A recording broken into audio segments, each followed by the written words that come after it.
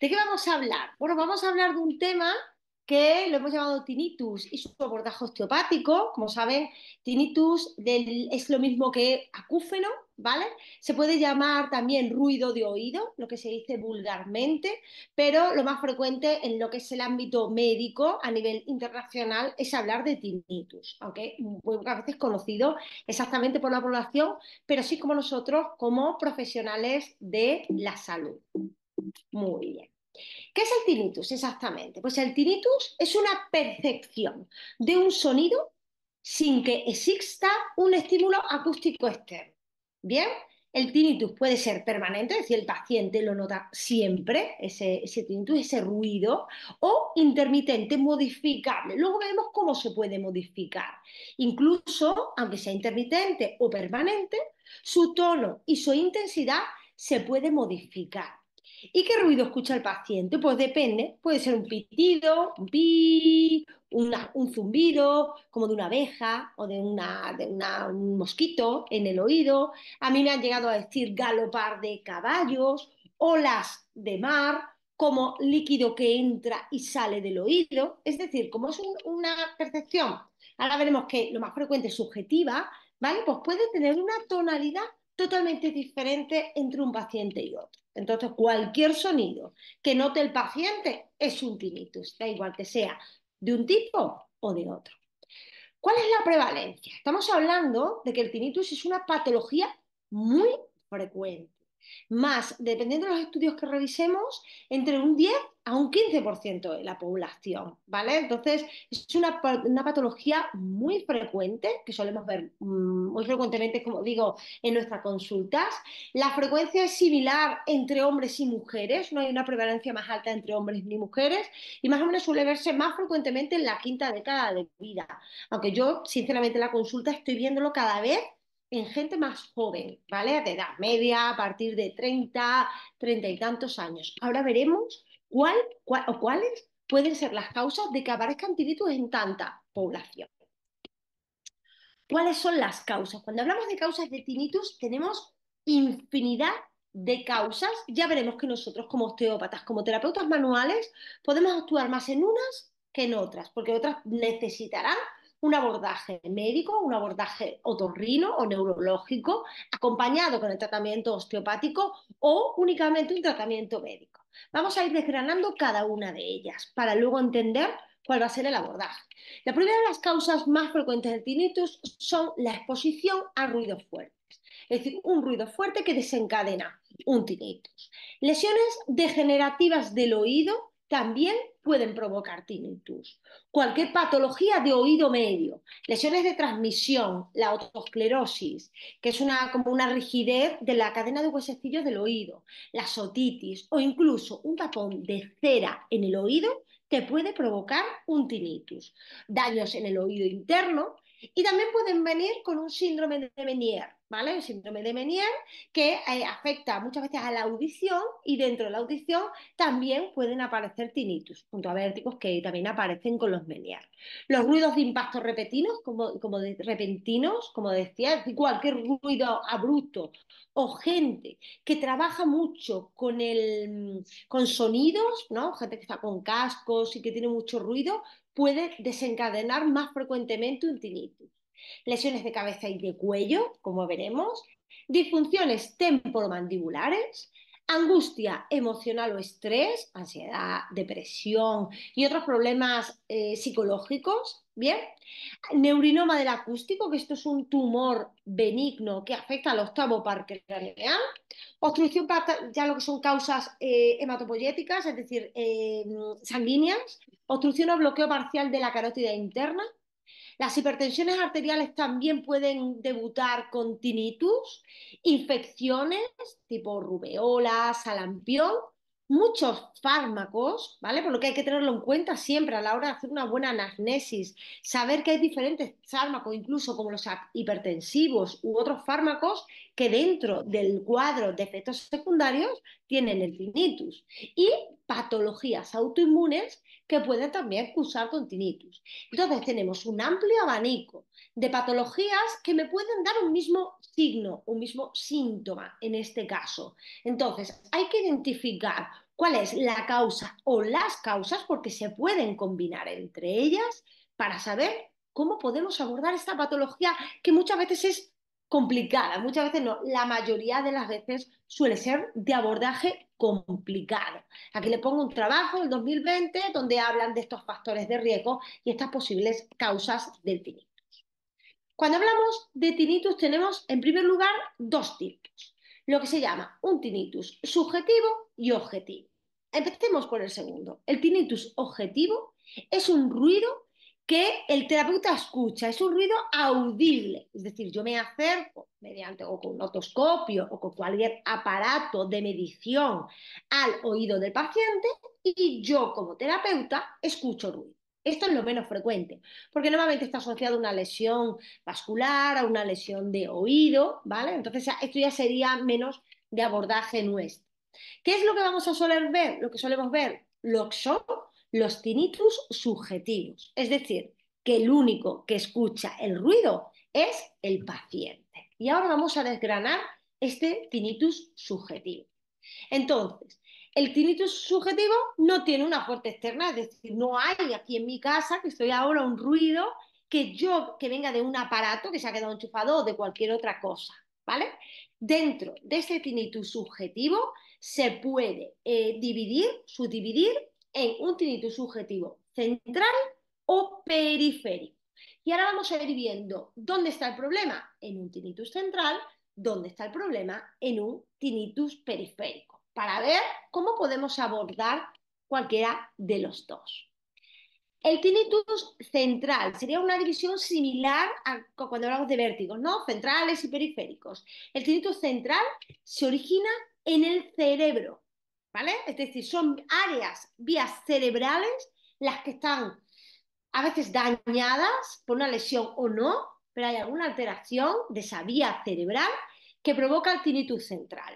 El primario es una condición que no está relacionada con ninguna afectación, es decir, te hacen una resonancia, te hacen pruebas neurológicas y el paciente no tiene nada en el cerebro. El tinnitus secundario, central y secundario, se relaciona con otra condición, como es una sensibilización del tinnitus. Y ahora vamos a ver cómo diagnosticar esto. El tinnitus periférico está asociado a una lesión de la vía periférica, una lesión de oído, ya sea oído externo, oído medio u oído interno. ¿Vale? Entonces eso ya puede modificar esa vía auditiva, te puede dar una hipoacusia o hiperacusia, es decir, el paciente deja de escuchar o bien se hace muy susceptible a los oídos, escucha como mucho, ¿no? Por así decirlo. ¿Bien? Vale, aquí vamos a hablar de una parte del tinnitus central, ¿no? Entonces, ¿qué sucede con el tinnitus central? Pues mira, para que yo perciba un sonido, esa percepción del sonido tiene que llegar a mi corteza cerebral, ¿vale? Entonces, yo estoy escuchando, hay un ruido, yo he hecho un ruido ahora en la mesa, esas ondas han pasado por el aire, la he captado con mi pabellón auricular, ha pasado a mi oído externo, ha vibrado la membrana timpánica, vibra la membrana timpánica, se mueve la cadena de huesecillos, ¿vale? Hasta estimular el nervio auditivo en el oído interno. De ahí se manda una información, bueno, veremos a mi tronco del encéfalo y de ahí a áreas superiores hasta que llega a la corteza. Entonces yo digo, uy, alguien ha golpeado la mesa, en este caso yo, ¿no? He escuchado un golpe en la mesa o me están llamando a la puerta. ¿Bien? Vale, ¿qué sucede? Que a nivel subcortical hay como una especie de filtro de ese sonido. ¿Qué sucede en los pacientes con tinnitus? Que detectan esa información antes de que se haga consciente. Es decir, hay una detección subcortical del paciente con tinnitus, ¿vale? ¿Por qué se afecta esto? ¿O qué estímulos recibe esa zona subcortical? Pues recibe estímulos del sistema límbico, es decir, de la parte del neurovegetativo que tiene que ver con la ansiedad, con la depresión, con las alteraciones del sueño. Por eso es muy frecuente que el paciente diga que se modifica el tinnitus, sobre todo en intensidad, cuando el paciente está cansado, cuando discute con un familiar o con su jefe, cuando no duerme, ¿vale? Y también tiene que ver con el instinto de alerta, de supervivencia. Volvemos otra vez al estado del sistema nervioso vegetativo que luego hablaremos. ¿Cuáles serían los criterios para decir que un tinnitus central está sensibilizado, ¿vale? Un tinnitus central secundario sensibilizado. Tengo un paciente que no solo tiene tinnitus, sino que tiene de estos síntomas por lo menos 5, de los 8, por lo menos 5. Hiperalgesia extensiva, dolor en la región sintomática como el dolor de hombro o de espalda, es decir, cualquier dolor de hombro, cintura escapular o de espalda. Discapacidad o alteración de la visión, ojos ardientes, quemantes, modulación del tinnitus con estrés psicológico, miedo al sonido o estar en un sitio cerrado con ruido, modulación del tinnitus con estimulación sensorial. Erika, llego a un centro comercial donde hay mucho ruido, mucha gente moviéndose, muchas luces y se modula el tinnitus. Normalmente a peor, ¿vale? Pero podría ser a mejor con que se module. Dolor de cabeza, mareos y hormigueos en brazos y piernas. Y si ustedes han tratado a pacientes con tinnitus y piensan en esta clínica que tienen los pacientes, dirán, oye, pues ahora que recuerdo a José, que vi hace un mes, porque lo estoy tratando, José tiene muchos de esos síntomas, porque en mi experiencia en este tipo de patologías es raro encontrar a un paciente con tinnitus que sea el único síntoma que tiene, que sea únicamente el ruido del oído.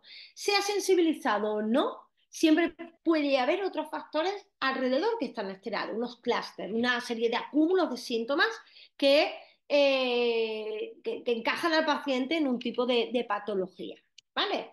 Bien, entonces, si hiciésemos un resumen de los acúfenos, todos los acúfenos estarían dentro de alguno de estos grupos, ¿vale? De alguno, aparte de lo que serían central o periférico, podría haber acúfenos de tipo somatosensorial o somato osteotendinoso muscular, que es el primero que vamos a desgranar y uno de los que más nos interesa. Tinnitus o acúfenos oculo-oftálmico visual, relacionado con la visión, óptico auditivo acústico, relacionado con daño en el oído, relacionado con neuropsicoemocional, con la parte del sistema nervioso central y periférico, y a nivel vascular. Entonces, dentro de esto podríamos encajar el acúfeno en alguna de estas causas. Ya veremos que todas tienen un abordaje osteopático. Vamos a ver. Empezamos con uno de los que más nos interesan, que es el tinnitus somatosensorial. ¿Qué es un tinnitus somatosensorial? Es aquel tinnitus que se modifica con vías somatosensoriales. Y dentro, es decir, que hay estímulos somáticos, ¿vale? Musculares, articulares, tendinosos, ligamentarios o sensoriales y o sensoriales que lo modifican. Y dentro de esos tinnitus somatosensoriales está el tinnitus cervicogénico, uno de los que más vamos a tratar. ¿Qué es un tinnitus que se origina? Que tiene que repercusión con la alteración muscular, tendinosa, ligamentaria o neurológica. Bien, entonces ahora vamos a ver cuál es la relación. Y normalmente entre lo que es la zona cervical y el tinnitus, vamos a verlo ahora. Pero lo más importante es que hay algún cambio del tinnitus por el cambio en la posición cervical. Es decir, por ejemplo, si el paciente gira la cabeza hacia un lado, si está en hiperextensión en una posición X cuando se tumba, cuando inclina, es decir, que se modifica, aunque no se quite, sino que se modifica tanto el tono o la intensidad con el cambio en la zona cervical.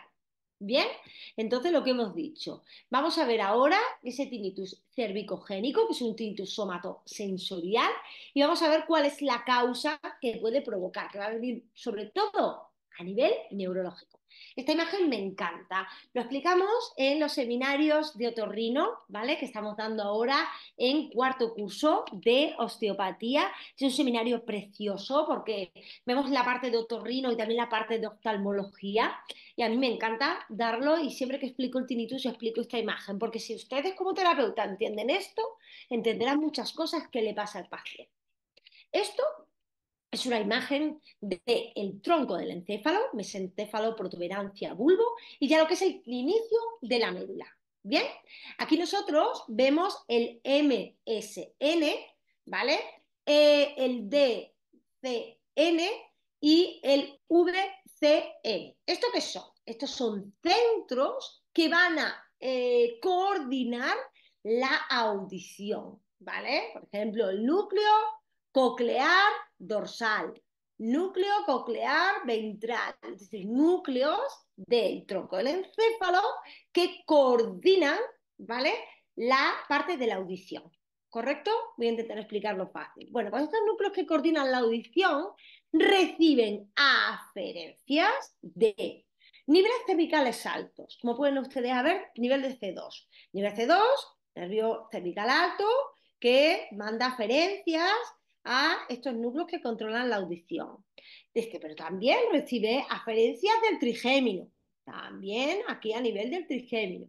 Del nervio facial, séptimo par craneal, del nervio glosofaringeo, noveno par craneal y del nervio vago, del décimo par craneal.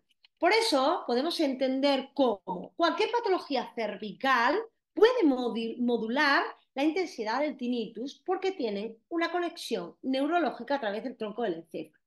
Por eso también podemos entender si el paciente no duerme, si está inflamado, si está estresado, ansioso, etcétera, etcétera, y tiene un bajo tono vagal o una alteración del neurovegetativo, también se modula el nervio vago, el tinnitus, y también relacionado, como vamos a ver, con las disfunciones temporomandibulares y la patología trigemial. Aquí vemos lo mismo, ¿vale? Pues como los núcleos, núcleo coclear dorsal, núcleo coclear ventral, lo que hemos visto antes con las siglas.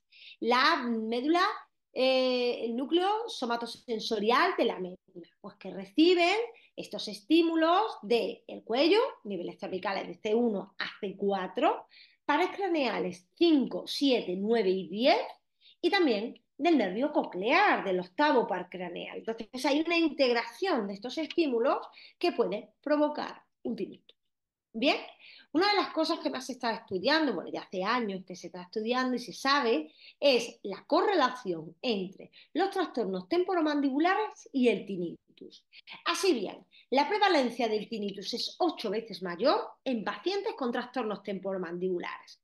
Entonces, tienen dolor de mandíbula, zumbido de oídos, dificultad para masticar, silbido en el oído, chasquidos y presión. Es decir, tenemos mucha bibliografía que me habla de esto, que hay una relación importante entre las disfunciones temporomandibulares y el tinnitus, cosa que, bueno, por una parte nos alegra, ¿vale? Porque nosotros las disfunciones temporomandibulares, como nosotros enseñamos en los cursos de la Escuela de Osteopatía de Madrid, ahora estamos dándolo en segundo año del nuevo programa, donde hablamos de toda la parte de las vías trigemiales y del sistema craneocervical, del ATM, sistema estomatognático, ya explicamos esta relación y el abordaje de la ATM. Bien, entonces puede tener una disfunción temporomandibular, una disfunción del cóndilo, de los meniscos, articular u otra disfunción que cause ese tinnitus.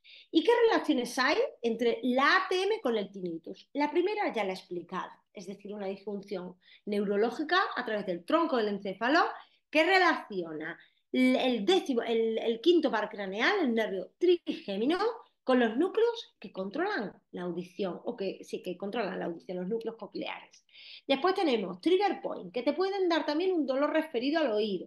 Tenemos, por ejemplo, aquí pterigoideo interno, tenemos pterigoideo externo y también, aparte de los trigger point y la disfunción miofascial, todo lo que es la relación de la musculatura mandibular, sobre todo del pterigoideo interno, con los músculos que abren la trompa de Eustaquio, que son los músculos elevador y tensor del velo del paladar, ¿vale? Sobre todo el elevador del velo del paladar, que está íntimamente relacionado con el pterigoideo, ¿vale? Y aparte de tinnitus, de esa sensación de ruido, te puede dar esa sensación a veces de taponamiento que tiene mi paciente. Vale, más tipos de tinnitus. También tenemos unos acúfenos o tinnitus óculo-oftálmico visual. Es decir, cuando el acúfeno o el tinnitus está ligado a movimientos oculares extremos en todas las direcciones. Cuando el paciente mira hacia un lado, mira hacia otro, ¿vale? ¿Por qué? Porque las vías visuales son sensibles también, ¿vale? Cuando vean la parte de oftalmología verán cómo el ojo está conectado a todas las áreas del cerebro, incluidas aquellas que modifican lo que es la audición, ¿vale? Entonces aquí tendríamos movimientos oculares extremos con la aparición del tinnitus. Aquí, evidentemente, habría que tratar, como nosotros enseñamos, todo el sistema oculomotor y sus relaciones.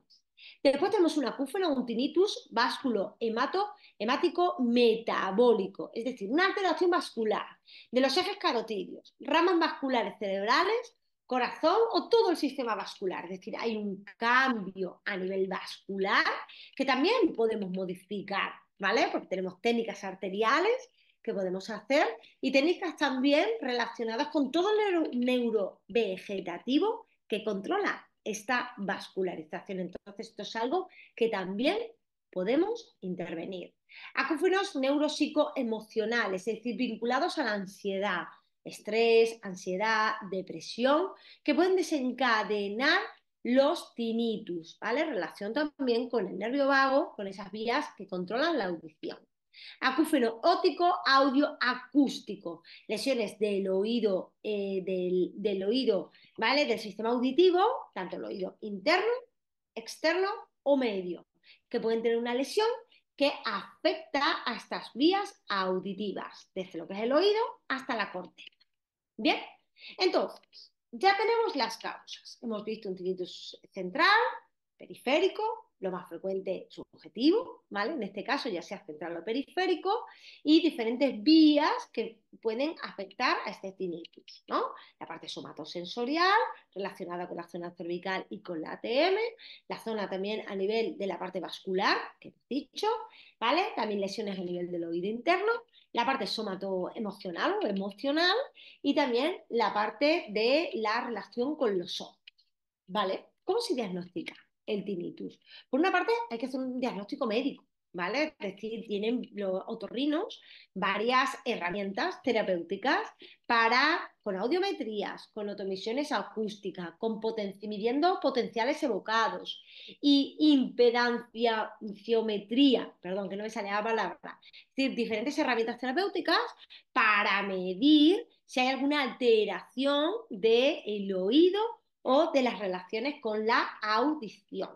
Decir que también es importante en la anamnesis saber, como hemos dicho, si el paciente está tomando algún tipo de medicación, ha tenido algún ruido importante, ¿vale? Traumatismos en la cabeza, tiene patologías autoinmunes u otra patología cardíaca, renal, endocrina, metabólica, ¿vale? Que pueda estar asociada también a el tinnitus, ¿vale? Entonces, ojo que se puede encajar también dentro de un cuadro médico de otra patología.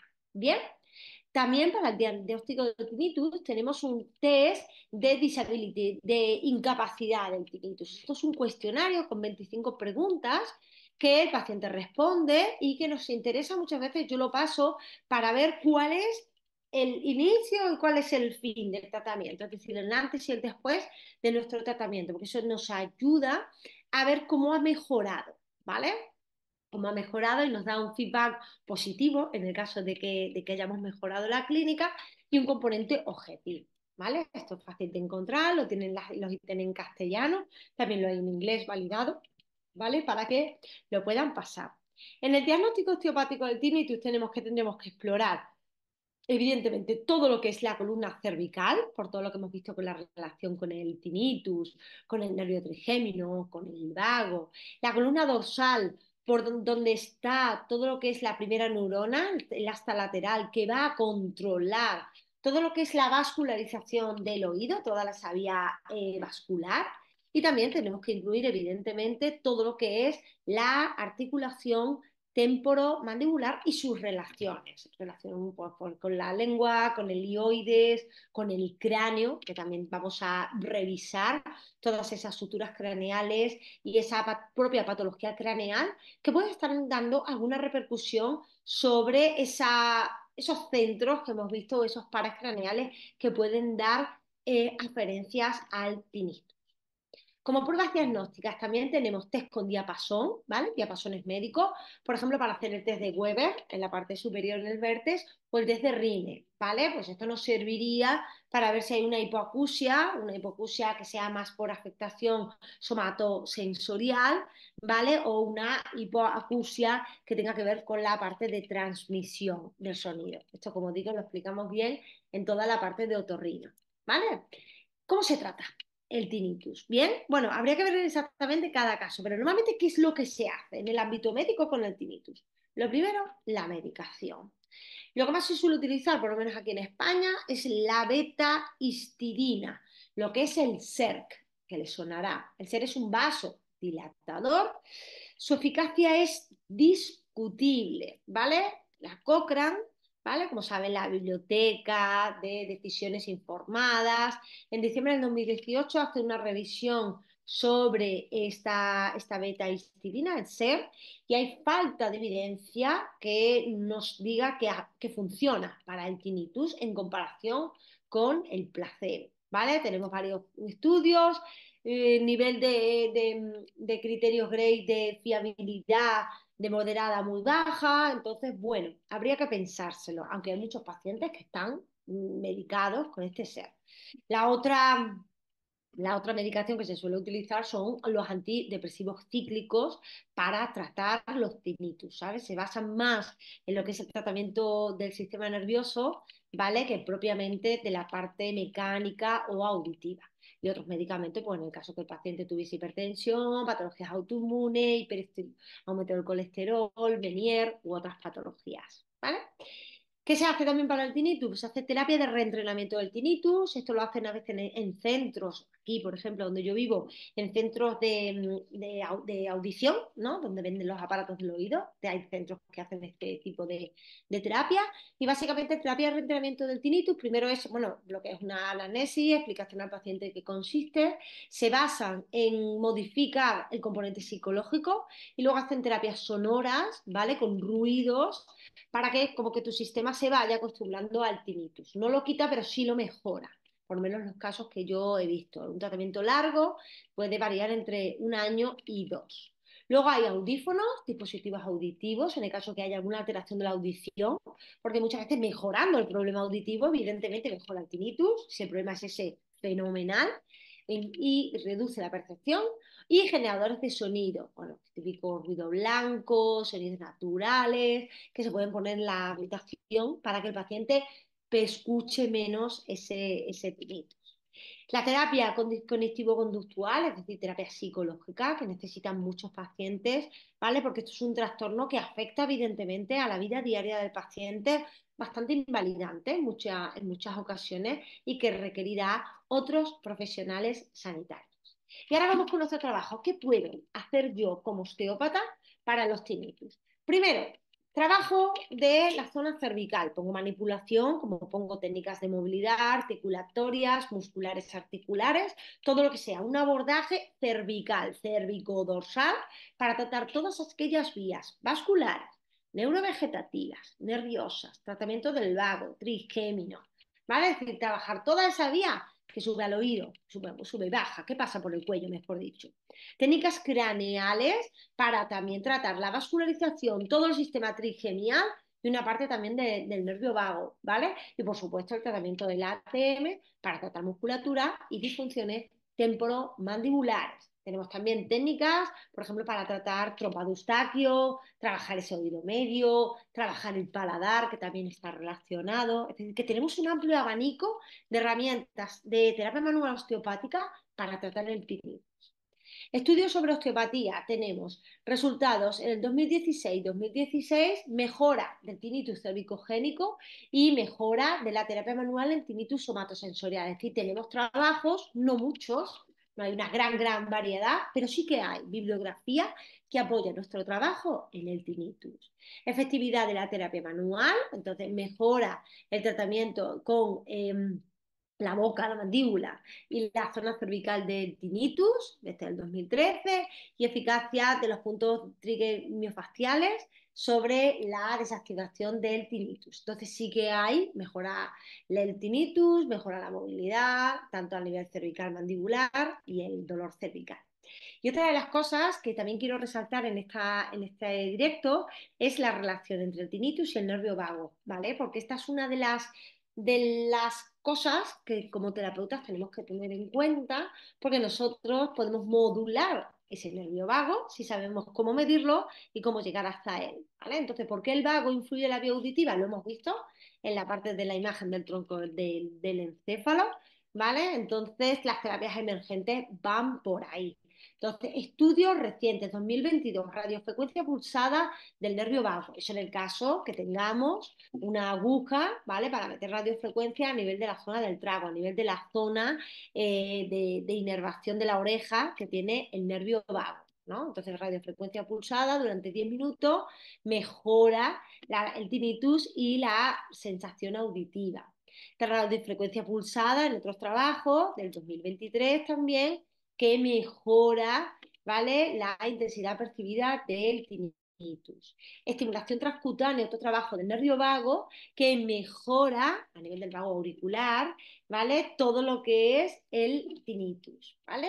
Aunque nosotros no hagamos ese tipo de técnicas, todo lo que sea el trabajo del nervio vago, ya sea a nivel auricular o a otros niveles, me puede ayudar a mejorar, probablemente casi seguro, a nuestros pacientes con tinnitus. Entonces, ¿qué es lo que deberíamos hacer? También enseñamos en nuestros cursos de la Escuela de Osteopatía de Madrid cómo medir la variabilidad de la frecuencia cardíaca mediante una banda polar, mediante aplicaciones que nos miden cuál es la variabilidad entre estos segmentos que hay en el electrocardiograma, que es lo mejor, que la variabilidad sea muy grande, ¿vale? Y también nos mide, aparte de la variabilidad, no podemos medir el tono del nervio vago, ¿vale? Entonces, si tenemos un tono vagal bajo, tenemos que hacer técnicas para, bueno, para estimular o equilibrar ese sistema nervioso neurovegetativo, que también enseñamos a hacer técnicas para estimular los diferentes campos que pueden modular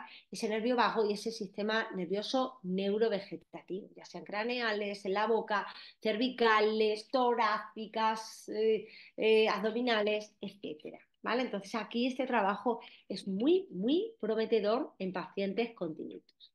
Entonces, llegados a este punto, ¿cuál sería la conclusión? Bueno, pues que el tinnitus es una patología compleja, evidentemente, ¿vale? Que es complicado, sí, más que muchas otras de las patologías que tratamos, pero si nosotros entendemos cuáles son las posibles causas, las diferentes etiologías y entendemos la fisiopatología, podemos ayudar a muchos de nuestros pacientes. Entonces, yo ahora les pregunto, de los que estamos aquí ahora, ¿cuántos de ustedes han entendido cuál es la fisiopatología y el abordaje del tinnitus? Espero que muchos de ustedes, ¿vale? Pues levanten la mano, ¿vale? Y que digan, yo por lo menos ahora sé y entiendo un poco del tinnitus y entiendo cómo abordarlo. Si hemos conseguido que algunos de los que estamos aquí y que vean ese directo hayan levantado la mano esta última pregunta, el objetivo está hecho. ¿Vale? Despidiéndome, ha sido un placer. Por favor, si tienen ustedes cualquier duda sobre este tema en cuestión, les dejo mi correo electrónico e.quintana@escueladeosteopatiademadrid.com, mi Instagram y en Facebook me pueden encontrar por mi nombre y la página web. Cualquier duda que les pueda ayudar,